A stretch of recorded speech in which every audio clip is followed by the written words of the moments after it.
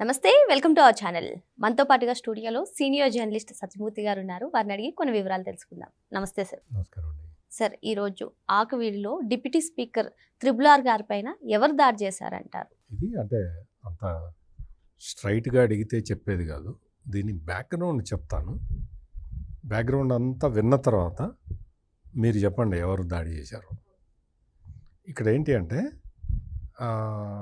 రఘురామకృష్ణరాజు వైఎస్ఆర్ కాంగ్రెస్ పార్టీలో ఉన్నప్పుడు నరసాపురం పార్లమెంటు సభ్యుడిగా ఉండేవాడు. పార్లమెంటు సభ్యుడిగా ఉన్న కాలంలో జగన్మోహన్ రెడ్డి చేస్తున్న పనులు నచ్చక, జగన్మోహన్ రెడ్డి అనుసరిస్తున్న విధానాలు నచ్చక రఘురామకృష్ణరాజు ఆయన్ని ప్రశ్నించటం మొదలుపెట్టాడు.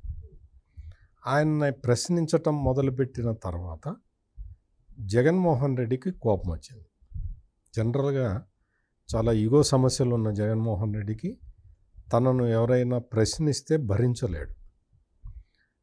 అదే క్రమంలో రఘురామకృష్ణరాజు ఇట్లా తిరుగుబాటు చేస్తాడా? ఇతని తిరుగుబాటుని మనం చూడనట్టు ఊరుకుంటే అందరూ తిరుగుబాటు చేస్తారు.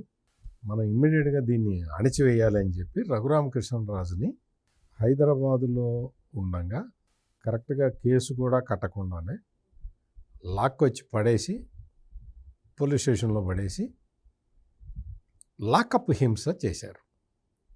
అతన్ని గుండె ఆపరేషన్ జరిగి ఉన్న రఘురామకృష్ణరాజుని గుండెల మీద కూర్చొని కొట్టారు.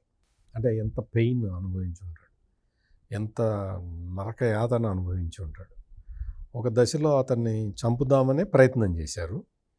అదృష్టవశాత్తు ఆయనకి ఇంకా భూమి మీద నూకలు ఉన్నాయి కాబట్టి బతికి బయటపడ్డాడు. ఆ తర్వాత సుప్రీంకోర్టు దయతోటి రఘురామకృష్ణరాజు విడుదలయ్యాడు. లేకపోతే ఇంకొక 2-3 రోజులు సెల్లోనే ఉన్నట్టయితే ఫినిష్ చేసి ఉండేవాళ్ళు. ఒక రకంగా చెప్పాలంటే సుప్రీంకోర్టు ఆయన ప్రాణాలని కాపాడింది. ఆ తర్వాత ప్రభుత్వం మారింది. ప్రభుత్వం మారిన తర్వాత ఆయన గుంటూరు నగరంపాలెం పోలీస్ స్టేషన్లో కేసు పెట్టాడు. నన్ను లాకప్లో పడేసి చిత్రహింసలు పాలు చేశారు. కేసు ఇది. పోలీసులు కొట్టడమే కాకుండా బయట నుంచి గుండాలని తీసుకొచ్చి నన్ను కొట్టించారు అనేది ఆయన కేసు. ఆ కేసులో జగన్మోహన్ రెడ్డి కూడా నిందితుడు. జగన్మోహన్ రెడ్డితో పాటు పివి సునీల్ కుమార్ కూడా అందులో ఒక నిందితుడు. పిఎస్ఆర్ ఆంజనేయులు వీళ్ళందరూ సీనియర్ మోస్ట్ ఐపీఎస్ ఆఫీసర్. ఇంకొక senior most IPS officer Sunil Nayak గురించి మనం తెలుసుకున్నాం. ఆయన్ని Bihar cadre IPS officer. Jaganmohan Reddy ఏరికోరి తెచ్చుకొని ఆంధ్రప్రదేశ్కి డెప్యుటేషన్ మీద అతనితోటి ఎటువంటి పనులు చేయించాడో మనందరికీ తెలుసు. అందులో ఇది కూడా ఒకటి. రఘురామకృష్ణరాజు అరెస్ట్ అనకూడదు, కిడ్నాప్ వ్యవహారం కూడా అదొక ఇది. తర్వాత విజయపాల్ అనే అతను, వీళ్ళందరూ కూడా కేసు కట్టిన వాళ్ళు, కేసు దర్యాప్తు చేశామని చెప్పిన వాళ్ళు, వీళ్ళందరూ కూడా ఈ కేసులో నిందితులుగా ఉన్నారు.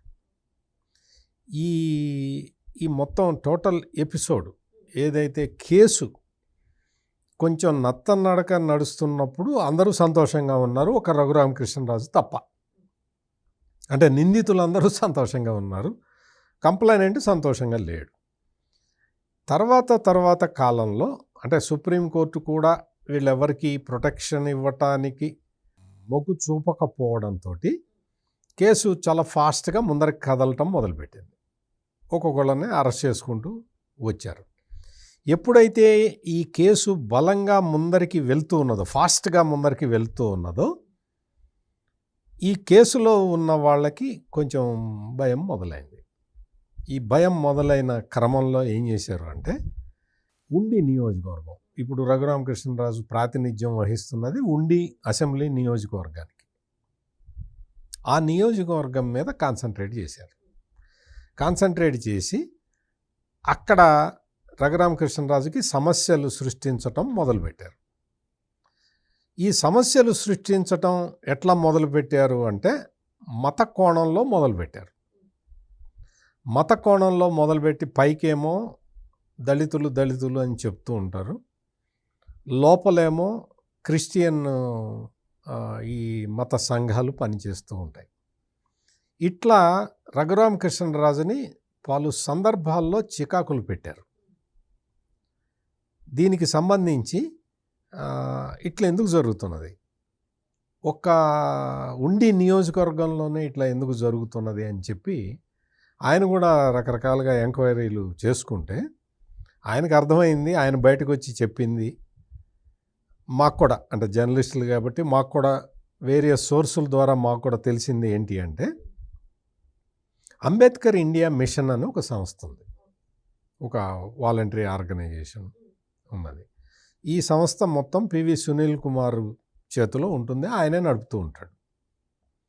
ఈ అంబేద్కర్ ఇండియా మిషన్ ఈ సంస్థకి సంబంధించిన చాలామంది సభ్యులు విజయవాడలో వరదలు వచ్చినాయి, గుర్తుంది కదా మీకు, బుడమేరు పొంగినప్పుడు వచ్చిన వరదల సందర్భంగా ప్రభుత్వానికి వ్యతిరేకంగా చాలామంది ఫోటోలు గీటోలు తీసి పెట్టడం, మాకు పడవలు దొరకలేదు, మేము చాలా ఇబ్బందులు పడుతున్నాము, 1 వీక్ అయిపోయింది, మాకు ఫుడ్ దొరకలేదు, మాకు చుట్టూ అన్ని శవాలే ఉన్నాయి అని ఇట్లా వీడియోలు ఫోటోలు రిలీజ్ చేసారు కొంతమంది. ఎవరు అని చూస్తే వాళ్ళందరూ కూడా అంబేద్కర్ ఇండియా మిషన్కి సంబంధించిన వ్యక్తులు అని అర్థమైంది. అప్పట్లోనే గవర్నమెంటే చెప్పింది. ఇది అంబేద్కర్ ఇండియా మిషన్ నడిపిస్తున్నది ఎవరు అంటే పివి సునీల్ కుమార్ అనేది కూడా, ఎవరైతే ఈ పోస్టులు పెట్టారో వీళ్ళందరూ సునీల్ కుమార్ తోటి కలిసి ఉన్న ఫోటోలు కూడా బయటకు వచ్చినాయి, సోషల్ మీడియాలో బాగా విస్తృతంగా ప్రచారం అయింది. ఇప్పుడు ఈ ఉండి నియోజకవర్గంలో తడవకి గొడవలు చేస్తున్నది కూడా వీళ్ళే వచ్చి అక్కడ తడకి గిల్లి కజ్జాలు పెట్టుకోవటం అంటారు, ఆ పని చేస్తూ ఉన్నారు. రఘురామకృష్ణరాజు అంటే వీళ్ళని ఎట్లా ఫేస్ చేయాలో అర్థం కాలే. ఎట్లా చేస్తారు, ఎటువంటి ప్రాబ్లమ్స్ క్రియేట్ చేస్తారు అంటే, సడన్గా ఒకరోజు ఒక ఊళ్ళో ఒక అర్ధరాత్రి ఒక ఆంజనేయ స్వామి టెంపుల్ ఉంటే, ఆంజనేయ స్వామి టెంపుల్ ఆ గోపురం కనపడకుండా దానికి ఒక బ్యానరు అడ్డం కట్టారు. అక్కడ లోకల్ వాళ్ళు ఏమన్నారంటే, అయ్యా ఈ బ్యానర్ గుడికి అడ్డం కట్టారు, తీసి పక్కన కట్టుకోండి అని చెప్పారు. రైట్, మేము తీయము అని చెప్పి ఎదురు తిరిగారు. ఘర్షణ జరిగింది. ఘర్షణ జరిగితే వాళ్ళ ఎమ్మెల్యే కాబట్టి రఘురామకృష్ణరాజుకి ఫోన్ చేసి చెప్పారు. రఘురామకృష్ణరాజు పోలీసులకి ఇన్ఫామ్ చేసి ఫోర్స్ని పంపించి అక్కడ పంపిస్తే, మీరు మమ్మల్ని దళితుల్ని అడ్డుకుంటారా అని గొడవ చేశారు. యాక్చువల్గా వాళ్ళు కట్టింది ఏది, దళితులకు సంబంధించిన బ్యానర్ కాదు, క్రైస్తవులకు సంబంధించిన బ్యానర్.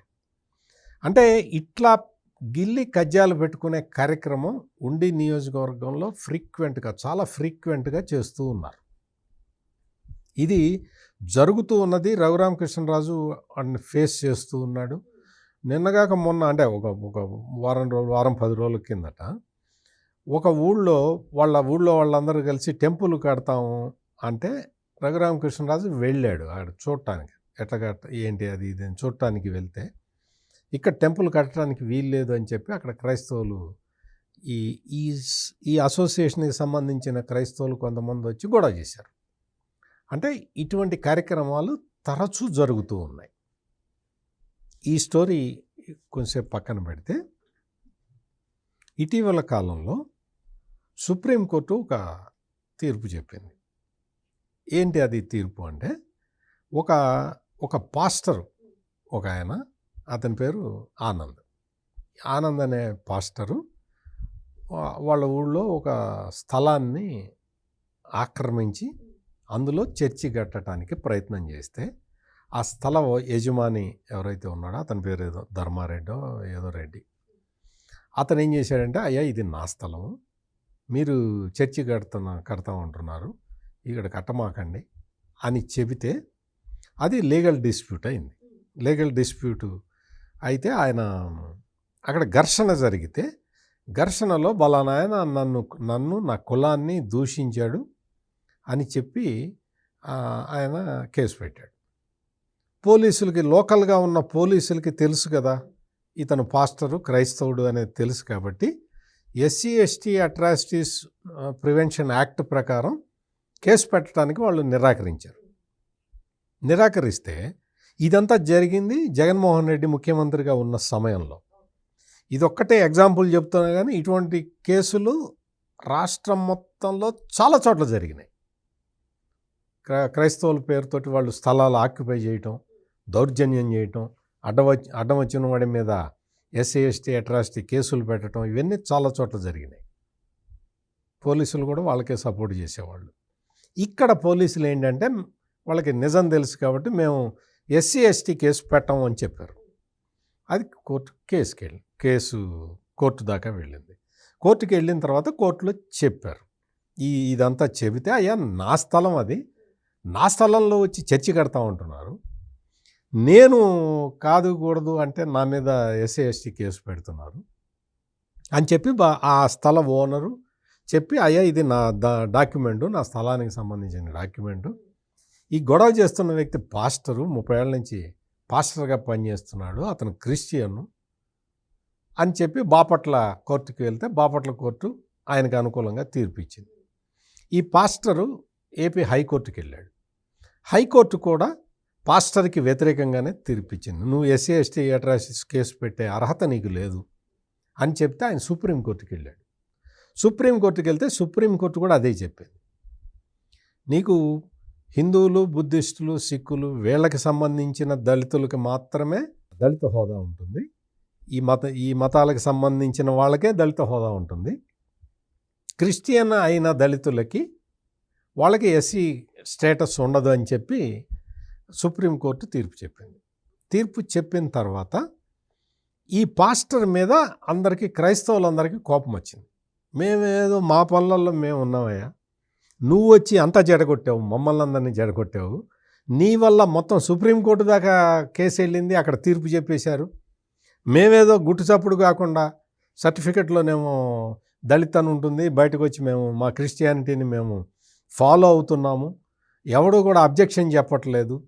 నిజంగా కూడా అబ్జెక్షన్ చెప్పాల ఎవరు. ఎందుకు అంటే ఏదో వాళ్ళు బతుకుతున్నారని వదిలేస్తే ఈ భూములు ఆక్యుపై చేయటం ఏంటి, ల్యాండ్ లాట్ మీద కేసులు పెట్టడం ఏంటి, ఎస్సీ ఎస్టీ అట్రాసిటీస్ కేసు పెడితే 10 ఏళ్ళు జైలు శిక్ష, అందుకని నీకు అసలు దానికి బెయిల్ కూడా రాదు. మరి అటువంటి కేసులు పెట్టి నువ్వు నేరం చేసేది నువ్వు, కేసులు పెట్టేది నువ్వు, అవతలవాడికి ఇంకా ఏం వాయిస్ ఉండదా? ఈ గేమ్ అంతా కూడా సుప్రీంకోర్టు జడ్జిమెంట్ తోటి చెక్కబడ్డది. దాంతో క్రైస్తవ మతాన్ని అనుసరించే వాళ్ళందరూ కూడా ఈ పాస్టర్ మీద నువ్వు చేసిన పనికి మా అందరికీ ప్రాబ్లం వస్తుందని చెప్పి రకరకాలుగా వచ్చింది. ఇక్కడ ఏంటి అంటే ఇది ఇందాక చెప్పింది రఘురామకృష్ణరాజు స్టోరీ, ఇప్పుడు చెప్పింది ఈ సుప్రీంకోర్టు ఇచ్చిన జడ్జిమెంట్ తర్వాత పరిణామాలు. ఈ సిచ్యుయేషన్ని ఈ కొంతమంది క్రైస్తవుల్లో ఉన్న ఆందోళనని, ఈ మొత్తాన్ని రఘురామకృష్ణరాజు ఎపిసోడ్ తోటి జాయింట్ చేసి వదిలితే మన పర్పస్ నెరవేరుతుంది అని కొంతమంది అనుకున్నారు. ఆ మన పర్పస్ ఏంటి? వాళ్ళ పర్పస్ ఏంటి? రఘురామకృష్ణరాజు కేసు వేశాడు.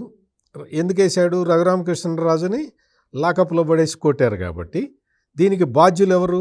జగన్మోహన్ రెడ్డి, పివి సునీల్ కుమారు, సునీల్ నాయకు, పిఎస్ఆర్ ఆంజనేయులు, విజయపాలు, ఇటువంటి వాళ్ళందరూ బాధ్యులు.